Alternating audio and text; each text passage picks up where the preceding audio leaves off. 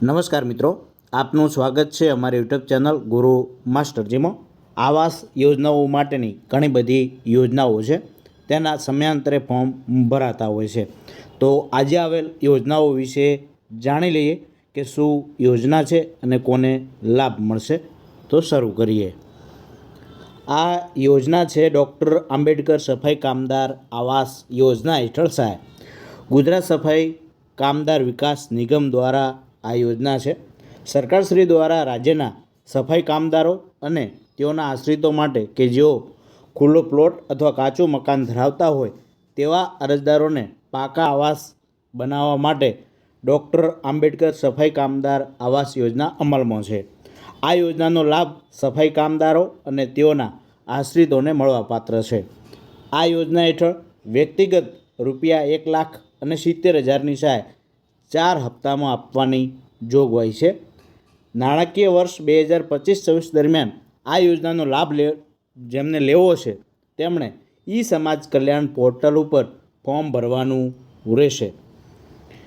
Online અરજી કરતા સમયે પોર્ટલ પર ઉપલબ્ધ માર્ગદર્શક સૂચનાઓ મુજબ જરૂરી સાધનિક કાગળો અરજદારશ્રીઓએ માત્ર ઓનલાઈન સબમિટ કરવાના રહેશે. જ્યારે સંબંધિત અધિકારીશ્રી તમને જણાવે અથવા તમને મેસેજ આવે ત્યારે અસલ કોપી રજૂ કરવાની રહેશે.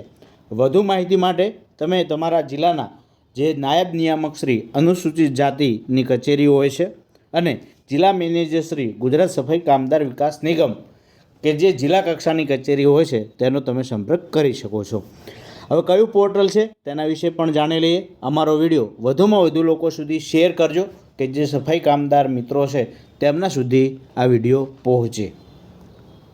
તમારા મિત્રો ગૂગલ સર્ચમાં જઈ અને ઈ સમાજ કલ્યાણ પોર્ટલ તમારે ખોલવાનું છે. એટલે આ પ્રમાણે આ પોર્ટલ ખુલી જશે. તેની અંદર કોર્પોરેશન ઉપર ક્લિક કરવાનું છે. કોર્પોરેશન ઉપર આપણે ક્લિક કરીએ તો કોર્પોરેશનની અંદર તમે જોઈ શકો છો કે ગુજરાત સફાઈ કામદાર વિકાસ કોર્પોરેશન એ આપણે તેને ખોલવાનો પ્રયત્ન કરીએ એટલે એ ખુલી જશે. તેની અંદર તમામ પ્રકારની માહિતી પણ આપેલી હશે. તો અહીં ખુલી ગયું છે. તેની ઘણી બધી યોજનાઓ તમે જોઈ શકો છો, બરાબર છે. તેની અંદર જે આપ જોઈ શકો છો કે ડૉક્ટર આંબેડકર સફાઈ કામદાર આવાસ યોજના હાલમાં ચાલુ છે. તેનું ફોર્મ પણ અહીંથી હશે અને વધુ માહિતી પણ તમને મળશે તેના ઉપર ક્લિક કરશો એટલે. તો ખૂબ સારી એવી યોજના છે. જે પણ જરૂરિયાતમંદ સફાઈ કામદારો છે તેમના સુધી અવશ્ય પહોંચાડો, બરાબર છે. અહીં તમામ વિગતો અને ડિટેલ પણ લખેલી છે, કયા કયા ડોક્યુમેન્ટ જોઈએ. આપ અભ્યાસ કરી અને આ પોર્ટલ ઉપર જ તમારે ફોર્મ ભરવાનું રહેશે. હજુ સુધી જો તમે યુઝર આઈડી પાસવર્ડ ના બનાવ્યો હોય, રજિસ્ટર ના કર્યો હોય તો અહીંથી રજિસ્ટર કરી અને તમે ફોર્મ ભરી શકો છો. થેન્ક યુ, આભાર.